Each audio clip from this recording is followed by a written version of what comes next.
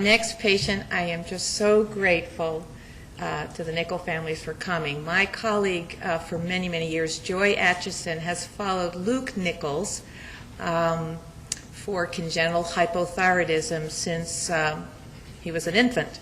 And now he's entering college, a very successful child. So it's a wonderful story. Congenital hypothyroidism has been screened for almost 50 years now.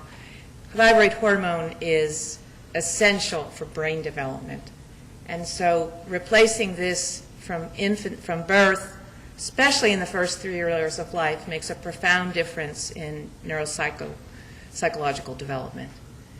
And so there's, without going into lots of detail, we have a spectrum of disorders that we screen from. About 85% of it is the thyroid gland doesn't form. And there are variants from there to partially formed to malpositioned thyroid, and then a small section of thyroid disorders in which there's an enzyme missing, a major theme here. And so the thyroid can't make thyroid hormone. It's there, but it doesn't make proper amounts. So Luke's condition is complete absence of the thyroid gland, so critically dependent on early treatment and persistent treatment in the newborn of thyroid hormone. And if done well, and this is where the relationship with the family is crucial, you can have a perfect outcome, and that is the joy of newborn screening. And so I'd like to introduce Ms. Nichols to tell you a little bit about her story and its success, and we thank her very much for her time. My name is Caroline Nichols, and I'm very happy to be here. My husband Barry and I have 2 sons, Ryan and Luke. Ryan is 20 and Luke is 18. And it's been a whirlwind of a past week as Luke has moved over to Mississippi State to start school there, and Ryan moved back to Auburn a couple of days ago and starts school next week. So I'm suffering from empty nest syndrome, and I'm already emotional. So Luke was born in July of 1999. He was diagnosed with congenital hypothyroidism several days after he was born, but while he was in the NICU. He was born 3 weeks early.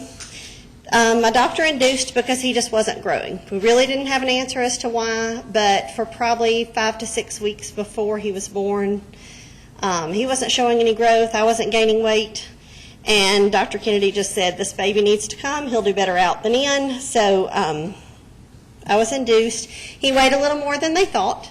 So at first I think she was pleased, but almost immediately he was having respiratory problems, so he was admitted to the NICU that night.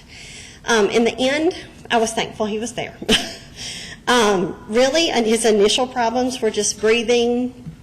As my pediatrician called him, a wimpy white boy, and I said, what? And he said, boys are the wimpiest, and white babies are the wimpiest. He said, there's going to be little 1 and 2 pound little girls that run circles around him, but he'll get it together eventually. And he did. So after he was weaned off oxygen, when he'd been there several days, he still was having problems with body temperature and weight gain and eating.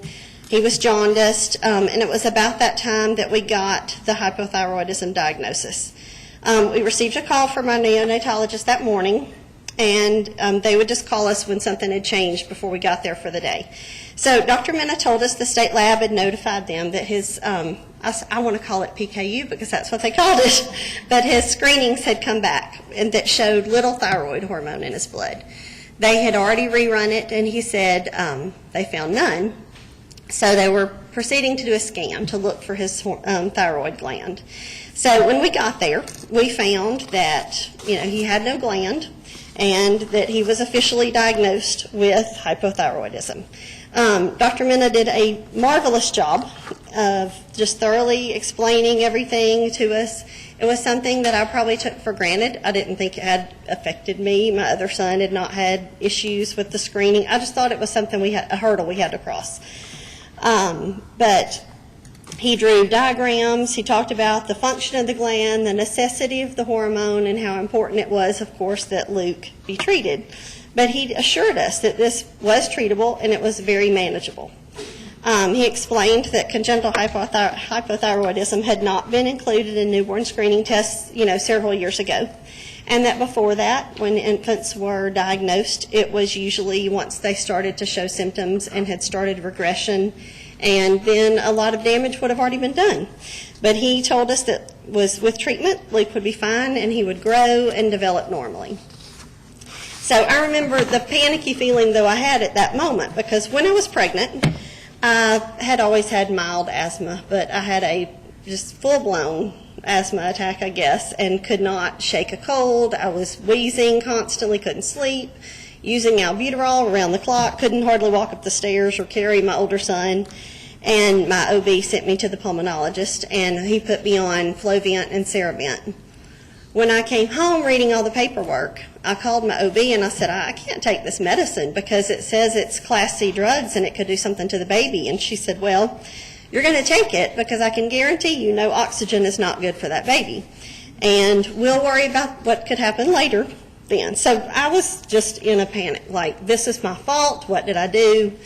And again, Dr. Minna was wonderful because he reassured me and he said, what if it did, what if the medicine did cause it? What does it matter? What if it was spontaneous? We don't know. He said, you needed the medication. My asthma could have caused other problems. And he said, we'll deal with it.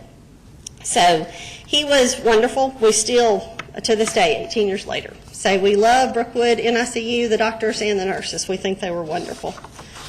Immediately following Luke's diagnosis, he was placed on Levoxyl.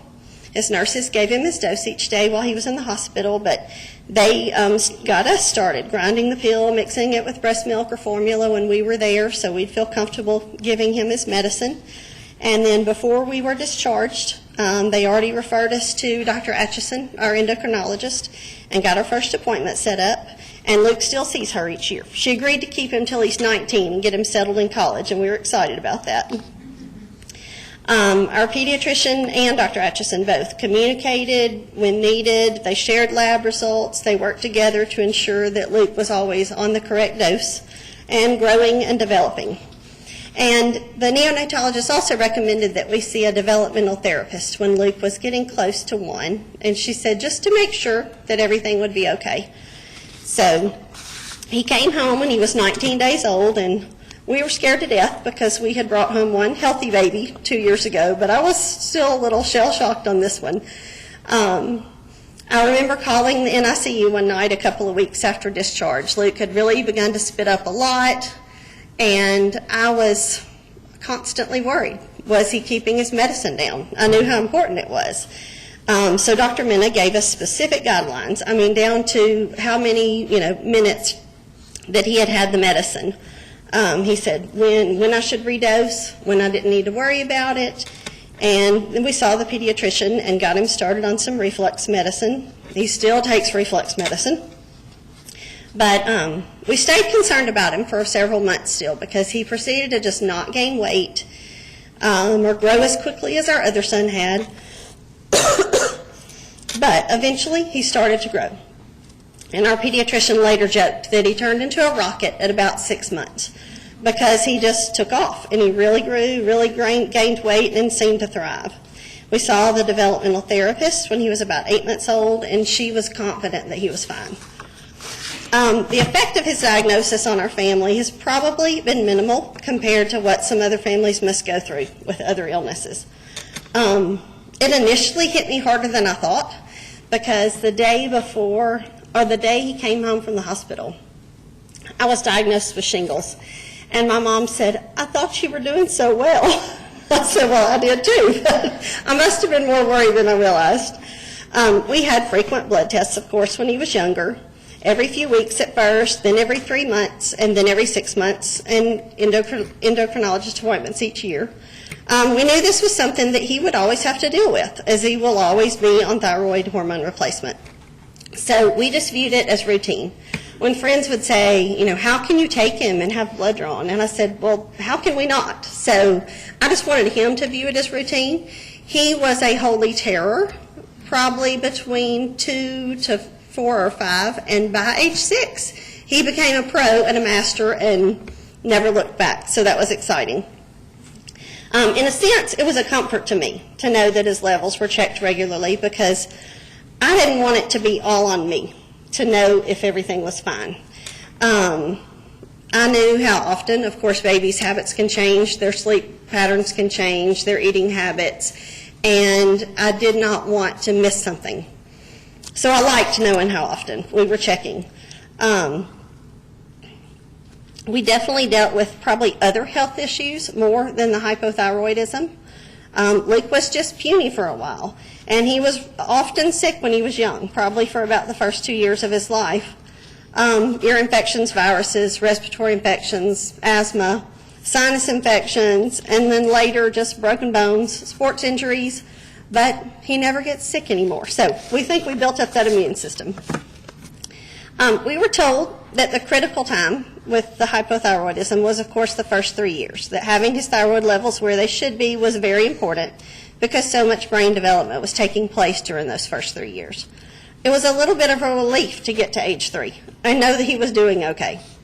I always tried to acknowledge that I knew he could suffer some developmental delays or learning problems, and I didn't want to have my hopes up too high or my expectations too high for him. But we knew, of course, that we loved him no matter what. He went to Mom's Day Out and then preschool and kindergarten in a church that was close to our home and thrived. He surprised us when he was 4 and 5 by reading words and signs around town, and I just thought he had things memorized, and he'd heard us say what they were, and he kind of just recognized things. But in Louisiana, visiting my parents, he would read packages, signs, and my mom said, he can read. And I said, that's crazy. And she said, he can read. But then during that trip, he brought me a bottle of cough medicine off the counter, and he said, this says cough. I said, how do you know that? And he said, because GH makes a sound like another word I know. So then I knew he was really listening and learning. We debated about sending him on to first grade. He was really young, having a birthday at the end of July. But he wanted to go, so away he went. And any worries or concerns we had were quickly put to rest because he excelled. Physically, he's not had any major issues with the hypothyroidism. He faithfully takes his medicine each day, and we have his levels checked every 6 months. We told him at a young age that to feel good, to have energy, to grow, he had to take his medicine. And thankfully, we have never really had any battles about it. He's the youngest of all his cousins on both sides of the family. And early on, it was his goal to be the biggest. And lo and behold, he's accomplished this. We've only had 2 issues over the years with his dose and levels. When he was 6, he had a period of hyperthyroidism. We had increased his dose and had his levels rechecked. And I just never realized. We didn't get a phone call, and I didn't follow up. He started having a lot of stomach problems, reflux problems, losing weight, and I never thought it could be his thyroid because in my mind it had been checked. So I was thinking it was something else. The pediatrician changed his medicine. We saw the GI. They did an endoscopy, and then we found that his his thyroid levels were very high. So once we got that in check, he was back to normal, gained his weight, felt like himself again. Then when he was 15, we went through a period of hypothyroidism. He had outgrown his dose, and Dr. Atchison had increased it that summer. We had rechecked. He seemed fine, but I think he was just growing so rapidly. So he had started JV and varsity football that year and was falling asleep every evening doing his homework. I just thought JV and varsity was a little more challenging than 9th grade football, and I figured he was just worn out. But at the end of the season, we had his levels rechecked, and his TSH was quite high. I'm not sure how I kept it all together, being that low, that long. But again, when we got him situated, he was fine. A few years ago, we found that Levoxyl, which was what he had taken since birth, was no longer available. So we changed to Synthroid with no problems, and then he has since changed to Levoxyl. I forget how to say it. Anyway, he's on the generic brand, and again, it's doing fine on that as well. Growth is something that has ended up never being a concern once he started growing at about 6 months old, unless it's outgrowing everything he owns. As with any growing boy, he went through clumsy and klutzy stages whenever he had a growth spurt, and he seemed to trip over his own feet. And we laugh because we remember at age 12, when he was in the 7th grade, that he proudly announced he was the tallest on the team and he had the largest high tops, a size 12. That's his claim to fame. I told him it's not wonderful when you can't go buy shoes in the store anymore. He kept growing, but his feet stopped at a 16, thank goodness. So we do mail order shoes. We joke that he's like a puppy, and we wonder if he has grown into those feet yet. But while he's always been rather big, he's never really struggled with weight issues. Until finishing football senior year, he had worked really hard to put on 20 or more pounds for O-line, and he has found that it's not quite so easy to lose that weight once you're not working out like a football player. But as this is true with anyone, we don't really think it's hypothyroidism. He's just got to have a little self-control. And maybe that's already his freshman 10 he's already gained. So we truly believe Luke is definitely a success story of newborn screening. We realize his story could have been very different. He was diagnosed early and he received the treatment he needed. We have had wonderful doctors along the way that worked together and with us to ensure that he received everything he needed. While Luke will always be treated for hypothyroidism because he does not have the gland, he knows this is a part of his life. He does well with taking his medicine regularly and being aware of symptoms, and I told his roommate to remind him to take his medicine. Other than just minor skin issues and irritations that may be linked to it, he doesn't have any lasting issues other than just maintaining treatment. Friends with hypothyroidism ask me sometimes, does he struggle with different things that they may feel because they take synthetic hormones? And I said, I don't know. He doesn't know the difference. I don't know if he would feel differently, and he doesn't know if he would feel differently. But he thinks he feels great, so we're happy with that. He has been able to balance playing sports, being involved in our church and organizations through school in our city, and working part-time jobs. He's done very well in school. He earned a lot of awards and honors and scholarships, graduated third in his class in May, and started at Mississippi State with a major in biomedical engineering. And he wants to do something to make a difference. So we think it's wonderful anyway. No matter what, we love his compassion and his empathy and his character, and that doesn't have anything to do with his hypothyroidism except that maybe it helped make him who he is. Thanks for having me here.